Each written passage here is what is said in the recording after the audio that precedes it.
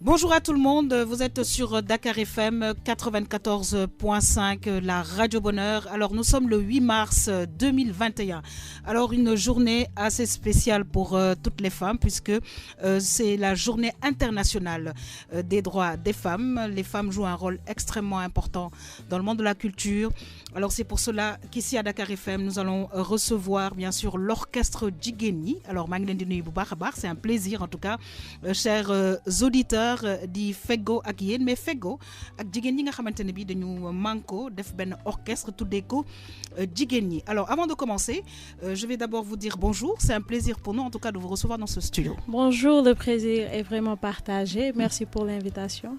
Très bien. Alors ki nga xam ne moo doon wax léegi di Khadija nekk chef d'orchestre. Man nag su ma gisee jigéen bu ne kii chef d'orchestre là, waouh, ce que ça me fait plaisir.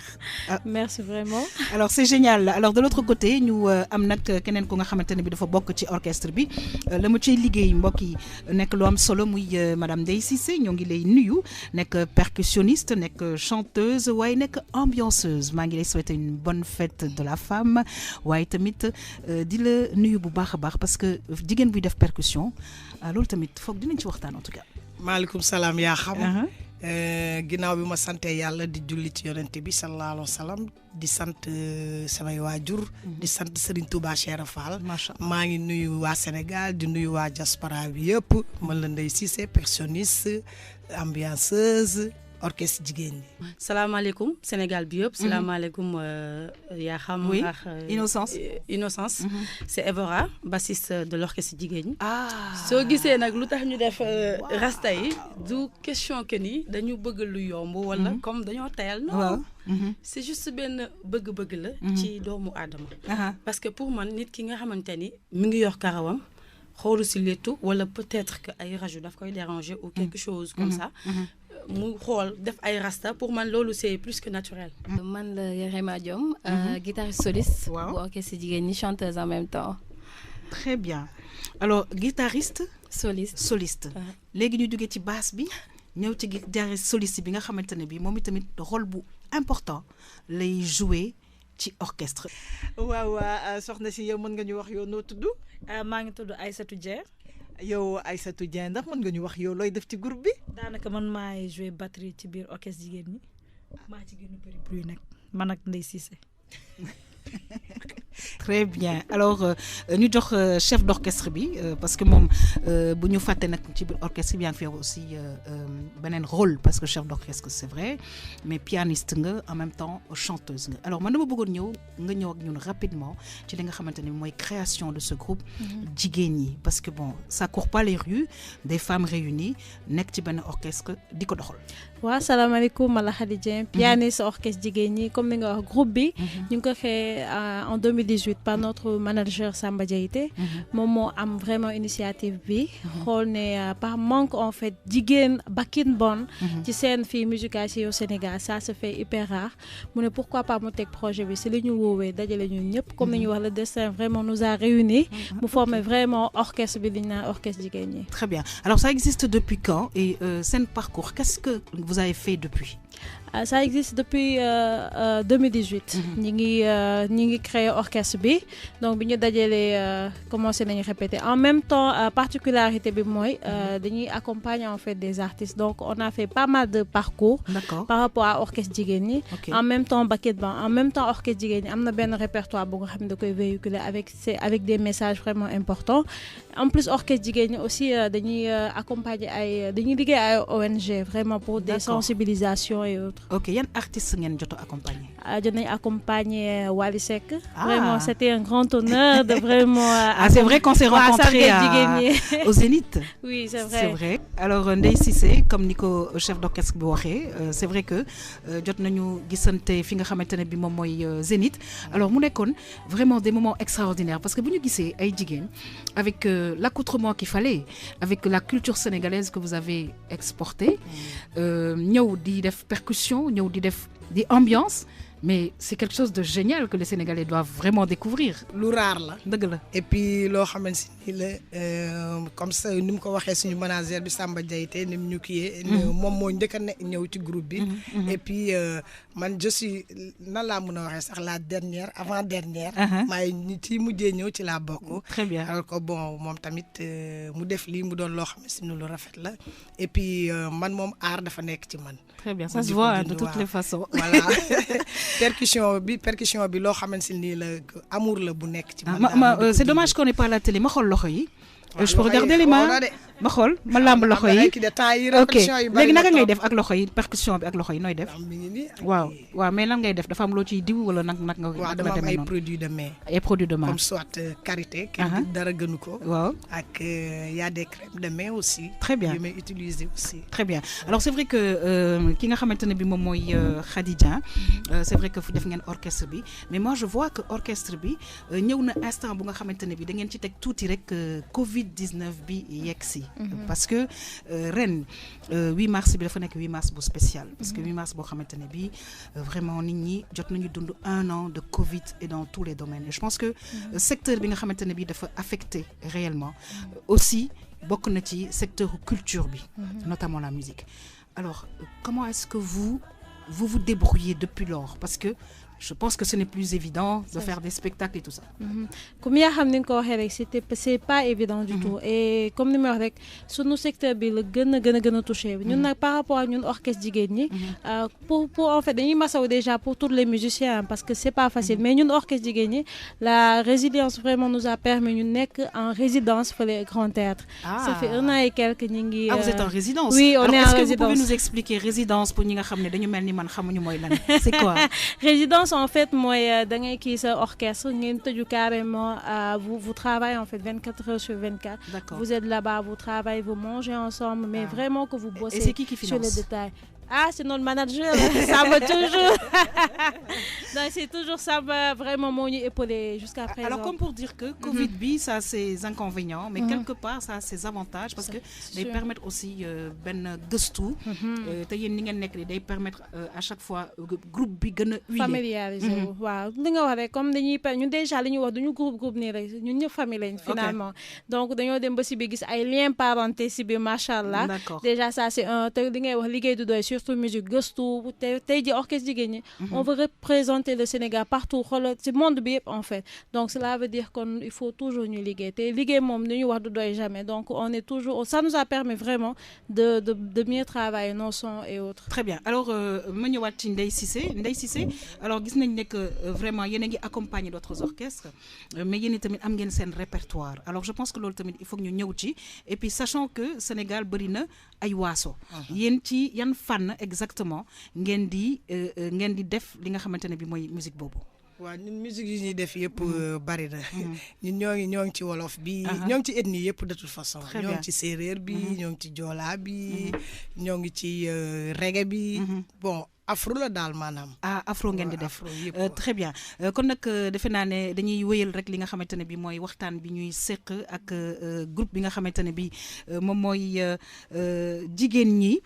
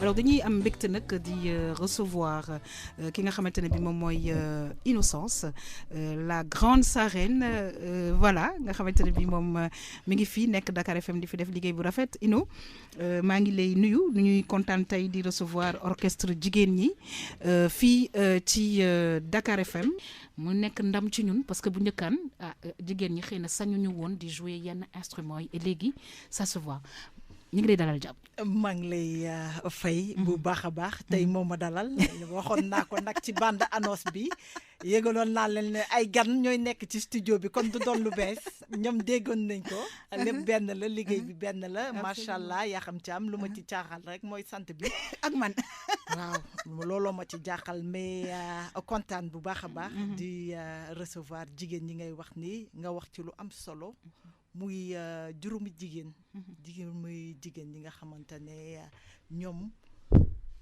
orchestre bi ñoo fa ne boo ko déggee boo déggee pot bi ñoo koy tëgg dëgg la boo tëggee guitare bi ñoom la amul benn góor tey muy journée internationale des droits de la femme te ñoom si seeni si li nga xamante ne ñoom loolu moo leen tax a jóg mooy xeex lépp li nga xamante ne muy yelleefu jigéen mooy loolu. Absolument. mooy les droits de la femme. Exactement.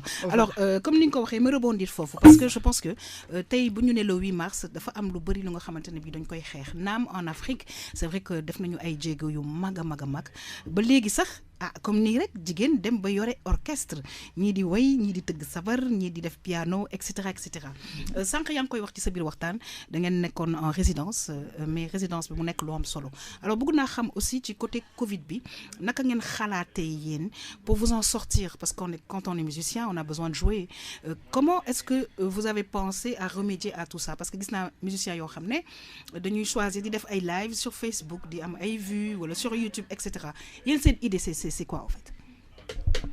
Sunu idée par rapport au orchestre comme ni nga ko waxee on a essayé comme fii Sénégal amaguñu familiariser guñu avec les live streaming mais ñun artistes yi comme orchestre jigéen ñi on a fait en fait des concerts sur live streaming carrément donc en dehors de ça li ngay wax pour le moment tous les artistes se basent sur les vues sur YouTube et qui donc pour le moment en fait ñaar stratégie yooyu rek la ñu am comme ni nga wax li si des liggéey ñaan yàlla feebar bi gaa fi jógee ba ñu recommencer waat jouer bégal gars yi te ñun tamit envie nañoo fait yéegaa ci scène bi. Alors seen répertoire bi bëggoon naa xam yan mooy morceau clé yi parce que tey le 8 mars je pense que jigéen ñi vous n'osez pas def seen répertoire te doo leen ci way jigéen ñi comme ni wax suñu premier single déjà que c'est pouvoir des femmes lañ ci wax donc déjà pour gën a xam nañ ne en fait comme ni ñu wax ñun suñu góor yaa ngi fi jox nañu cër mais li ñuy wax rek jigéen moom macha allah loo ko gën di décorer chaque jour doyul donc ñun déjà suñu premier single bi ñu lancé woon c'est pouvoir des femmes carrément won kii jigéen ñi ni ñu jàmbaare ci biir rendre nañ leen hommage suñu prochain single bi waa ji génn tamit le 8 mars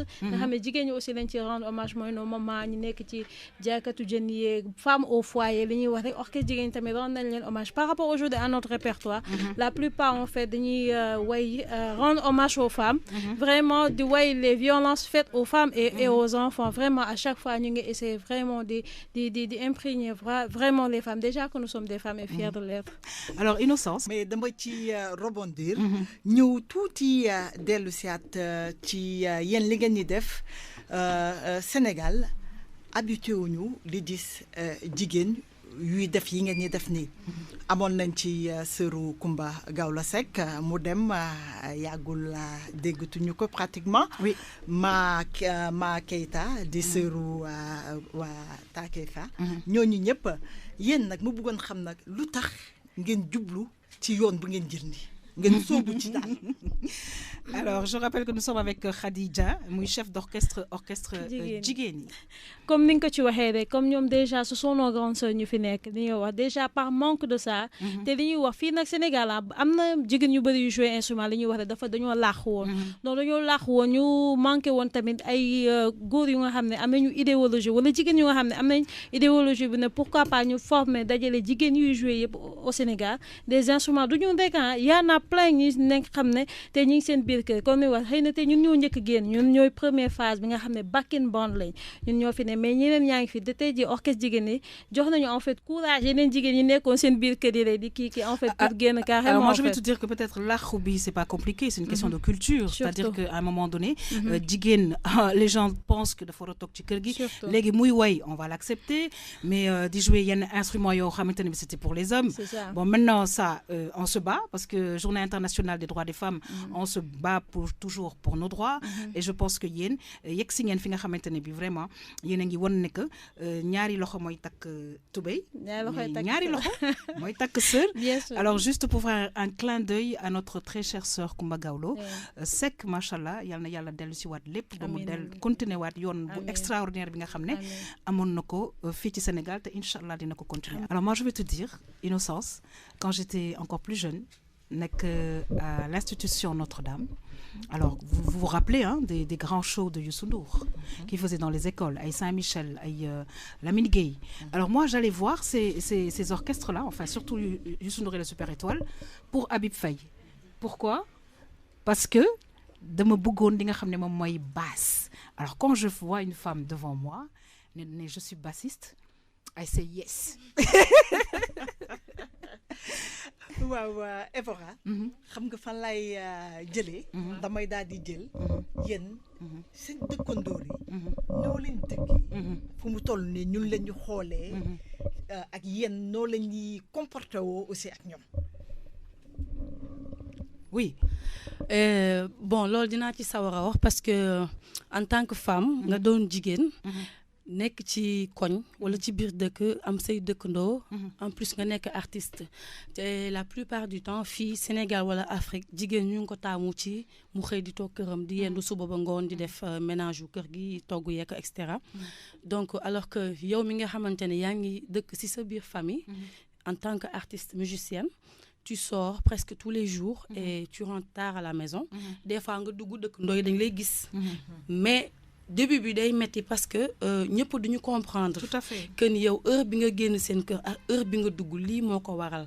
En tant que jigéen am na si ñoo xam ne nag bu ñu gisee ni yow guddee nga dugg sa biir kër.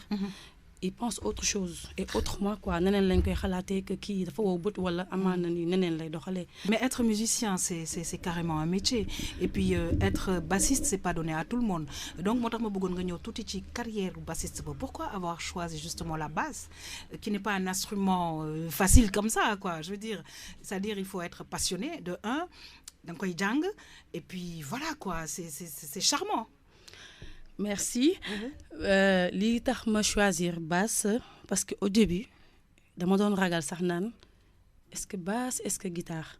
D'accord. Parce que mais on dit guitare basse. waaw guitare basse voilà bi may gën a nekk xale bu ma daan liggéey suñu kër doon def ménage suñu salon et tout sama benn oncle paix à son âme dafa tàmmoon di teg tout le temps ay musique variété ay musique africaine musique ay reggae musique yëpp la doon tàmm di teg léegi man tous les matins bu ma doon def ménage rek léegi morceaux yi mu doon teg sélection yi mu doon teg da doon nekk di jouer ci sama nopp ba su ma waree def 15 minutes ci ménage damay def 30 minutes. Très bien. Souvent ay mbéj ñoo ma fay fekk sax parce que damay déglu morceaux yi son bi di mimer basse wala piano bi lu muy def quel que soit l'instrument mais c'est basse bi moo nekkoon sama priorité ak batterie en général moom laa doon gën a dégloo musique donc avec ça avec le temps ma dem ba bëgg basse carrément nag franchement bëgg ko et c'était mon instrument mais bi may dem di ko jàngi musique.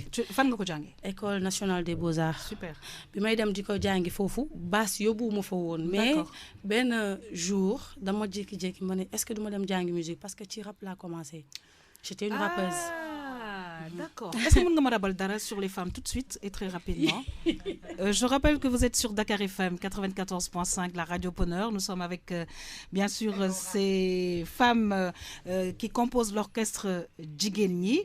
Alors, on y va ou pas? waaw xam nga def ko bu yem rek. Ok, let's go.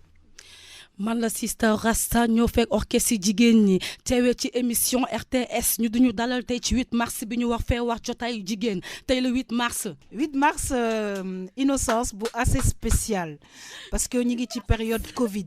Alors on va la laisser souffler et on va écouter avec nos auditeurs benn morceau li nga xamante ne bi moom mooy jigéen ñi. On va l'accompagner d'ailleurs avec ce titre de l'orchestre jigéen ñi. On te remercie et excellente fête. Merci.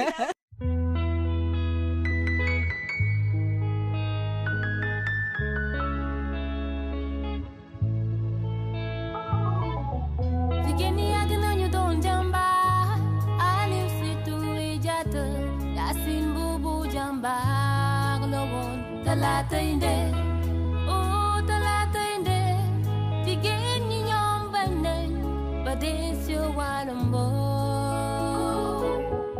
yéen a ne ci kër gi yéen a ne ci tool yi yéen a ne ci kër gi naaj be jigéen ñe heya heya jigéen ñe heya yéen a ne ci kër gi yéen a ne ci tool yi yéen a ne ci kër gi naaj be jigéen ñe heya heya jigéen ñe heya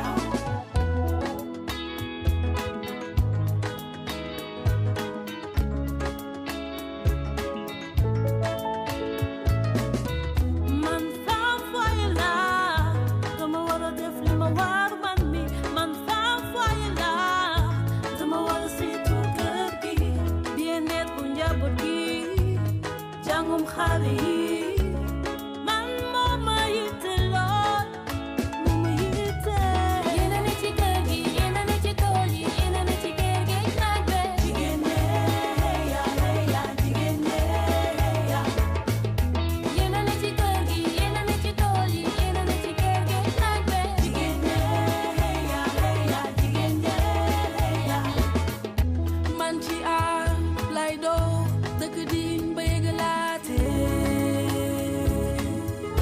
lii mooy suñu waare suñu waare suñu waare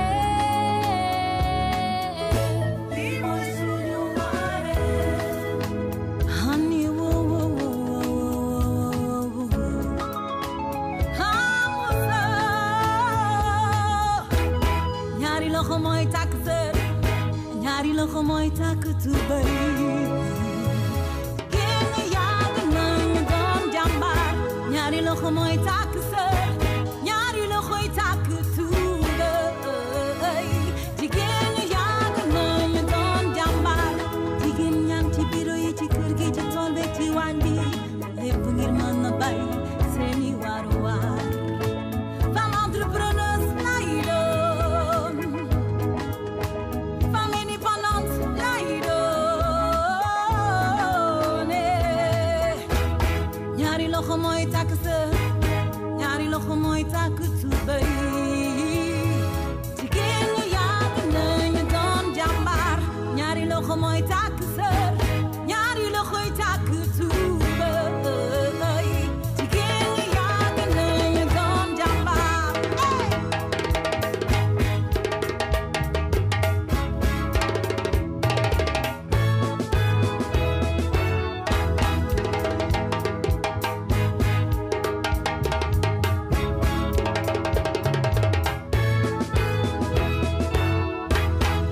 dama man lu ma lay njëkk a laaj boo yéegee sur scène nooy comporté woo comme da ngay wëy waaw damay woy en même temps donc man su ma yéegee ci kaw scène damay mel ni comme ku nekk ci benn endroit boo xamante ne voilà c'est magique donc damay sentir ci sama élément. Alors tu dois alors te sentir dans ton élément parce que fii c'est aussi un endroit magique puisque c'est la radio et c'est magique de saisir cette occasion pour remercier toutes les grandes femmes de notre pays, voire de notre continent. Elles se sont battues, en tout cas, pour la liberté des femmes, pour ñu egg fu ñu am nañu mu citer on va pas citer parce que dafa bëri te jigéen ñi li ñu def pour ñu yegg si fii ba Sénégal ñu dem ba am jigéen premier ministre Sénégal jigéen yaa ngi assemblée nationale c'est-à-dire te entreprise yu gën a mag ay jigéen lañ tey Innocence a ngi toog fii elle est chef ci station bi te bu njëkkaan defe naa ne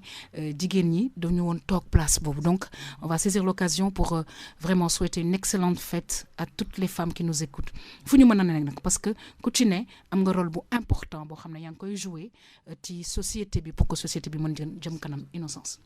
Rema Diom comme tey jigéen ñi la ñuy wax bëggoon xam ne yow da nga am jëkkër wala amul jëkkër. Bon ñun mun naa ne man awma jëkkër orchestre bi ñu ci nekk ñëpp amuñu jëkkër voilà ñun ñëpp on est des célibataires donc voilà di ñaan yàlla rek voilà ñu am ay borom kër yu baax. En dehors musique bu ñuy def am nañ ay activités te bëgg nañ comme ni ma ko waxee léegi nii bëgg nañ ëllëg ñu fonder suñu foyer am suñuy doom am lu ñu leen transmettre bu ko defee ñoom ñu mën a yéegali liggéey bi donc tout ça on rêve de ça et voilà. Après musique bi yan activité ngeen ñi def. Bon pour l'instant mun naa ne suñu musique bi ñuy def nii actuellement moom la ñu gën a nekk parce que comme li ñuy wax musique dafa xaw a fiir donc c'est bien vrai que monde bu ñu toll war nañu mën a boole musique ak leneen mais ñun si biir musique bi si biir suñu liggéey dañoo amaat beneen liggéey donc mun naa ne kon si biir liggéey bi on a plusieurs boulots à faire donc. Comme là Voilà, comme ni ma ko waxee ñun déjà ay porteuses de voix lañ. Absolument. On représente aussi le Sénégal. Donc ci biir liggéey bu ñuy def ay ambassadrices lañ. Tout à fait. Donc kon liggéey bi dafa raxaat beneen liggéey. De sensibilisation en voilà, fait. Voilà, c'est c'est important. Ouais. De sensibilisation en plus wax na jigéen ñi aussi parce que musique nit ñi jàppee nañ ko loo xamante ne dafa xaw a doy waar. Donc ñun peut-être que buñ ci duggee nekk première au Sénégal. dina mën a permettre jigéen ñi nga xam ne ñu ngi seen biir kër yi. dooleel leen quoi may leen fit. Voilà may leen fit ñu xam ne musique c'est moo gën a gaaw pour transmettre ay messages. ma xool loxo yi parce que tamit guitare bi corde yi dafa xaw doy waar yow tamit tu mets un peu de carité et cetera. Bon ouais, parce que guitare moom c'est le début en fait qui est un peu compliqué. Parce que da ngay corps. Ok donc peut-être que bu ñu ci bari nag. corps boobu la ñuy arrêté. Ok parce que dafay corps mu metti après ñu arrêté. Alors que da nga war a persévérer gën a forcer. Et après c'est facile. Voilà, alors moi j'aimerais que nga lancer un message parce que je pense que c'est quand même une journée boo xamante ne bii dañuy xeex encore pour les droits des femmes. Alors à ce niveau justement parce que yaa ngi ci côté culture bi. ban message ngay lancer ñi nga xamante ne bi bokk ngeen liggéey bi. Et les autres femmes aussi. Oui, surtout. Message bi may lancer mooy ñu xam ne musique métier bu noble la. Donc ci biir métier bu noble boobu noonu da nga am rôle à faire rawatina nga nekk jigéen parce que comme jigéen mooy yar jigéen mooy yor kër. jigéen mooy àdduna mun naa ne. donc ñu gën a respecter bu ñu jël liggéey bi rek bëgg ci jiital physique bi.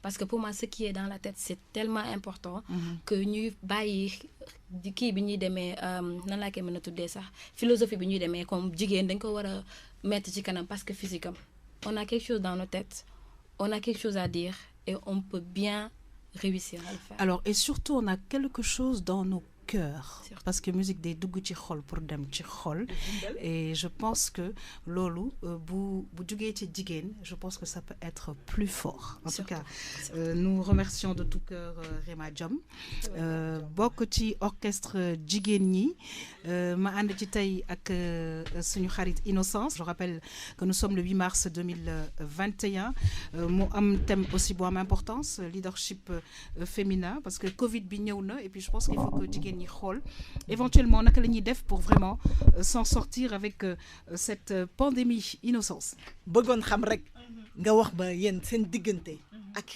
yeneen chanteuses yi ci réew mi ak foo lañu dem ni ci li ngeen ñuy def nu muy demee. Vraiment di ci sant yàlla parce que depuis bi ñu déggee projet orchestre jigéen ñi rek ñu bëri ñëw nañ vraiment accueillir ñu ak bras ouverts jàppale ñu ci mën naa ne sax apport psychologique moo ëpp loo xamante ne nit ki mi ngi nekk dugg ci biir ci li muy def ñu accueillir ñu di ñu tette te ba léegi terewul chaque jour que Dieu fait ñi ngi jot ay message ñi ngi ñuy tette di ñu wan yoon nañu fii ak fii parce que nit ku la jiitu ci dara rek moo la mën a wan expérience am te tamit boo nekkee ndaw nga nangu déglu nangu am pas-pas nangoo jàng vraiment mën naa ne yàlla teg na ci loxoom te ñu ci sant yàlla vraiment.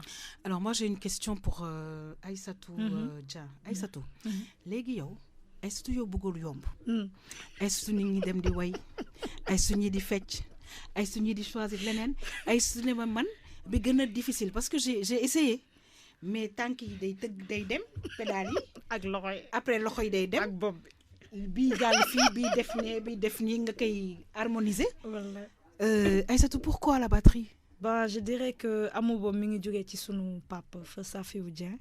moom moo ñu initié man ak sama mag Korka Dieng ak Khady sama petite sœur. D'accord. C'était en 2007. parce que temps yooyu dañ daan toog muy répéter à la maison ak Korka. man daanaka batterie moo ma choisir mais choisir ma batterie. D'accord. parce que ça bu ñu daan dem di seetaan live gi man toujours batteur bi moo ma ci daan gën a intéressé. léegi moi j'ai une question parce que man tamit dans ma famille j'ai des batteurs Prosper Niang Babacar Niang et cetera.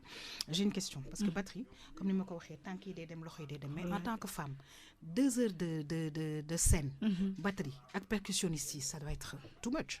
Je dirais que c'est pas difficile tant que yaa ngi am pas-pas bi ak bëgg-bëgg bi nga pour mën a prouver pour mën a def li ngay def. doo gis difficulté ci côté boobu. loolu moom mën naa ne loolu ci li ma gën a forger loolu ci la bokk dañ ma naan toujours yow batterie yëfi góor la mu ne la waaye yëfi góor la nangu naa ne yëfi góor la mais dama ko bëgg. mais lu waay bëgg rek def ci fulla mën ko te je suis fière de cet orchestre et j'espère que dinañ jokkoowaat ak ñoom bu baax a baax yéen ñëpp ay lox ngeen def wallaay ñun ñëpp lox Evora moo am bu gudd bi macha allah.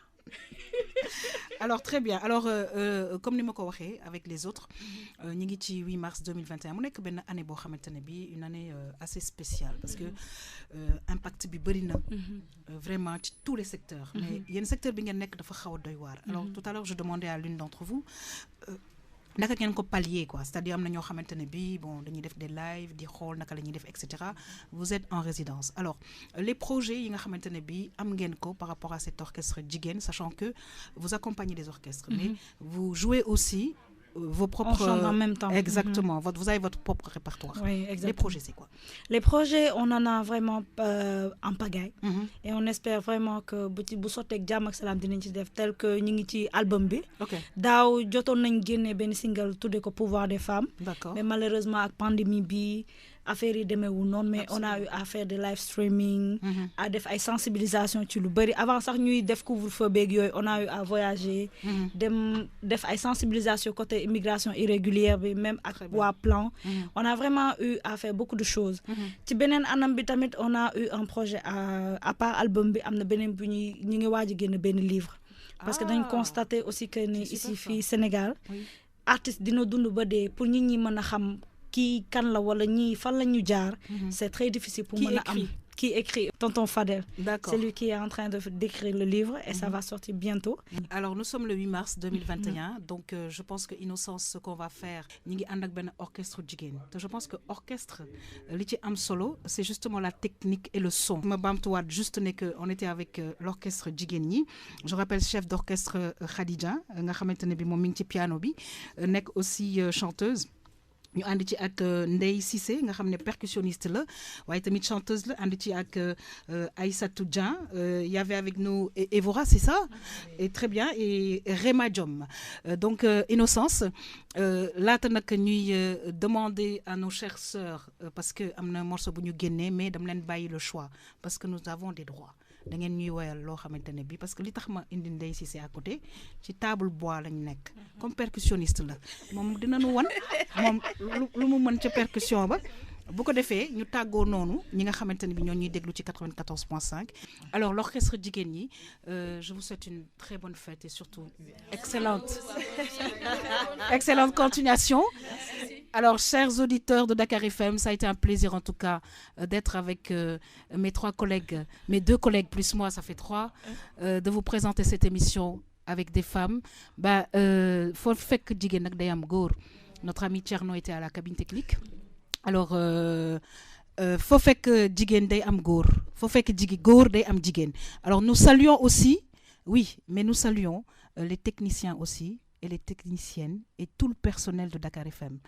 Parce que comme je dis, il faut du tout pour faire un monde. Fatima Ndiaye Diop à la cabine technique, nous sommes le 8 mars, tout simplement. Mais nous continuons éventuellement à travailler avec les hommes. Alors, benn saaren ak benn càmmen ci micro bi moo ma ci jaaxal nag man mooy sama jaaxal Ouais, alors les filles. Les filles. Alors on y va pour terminer en beauté une belle chanson. Percussion, ci table bi. Rendez-vous bientôt. C'est parti. Allez, on y va. Salam salam, you know you're again. For salam.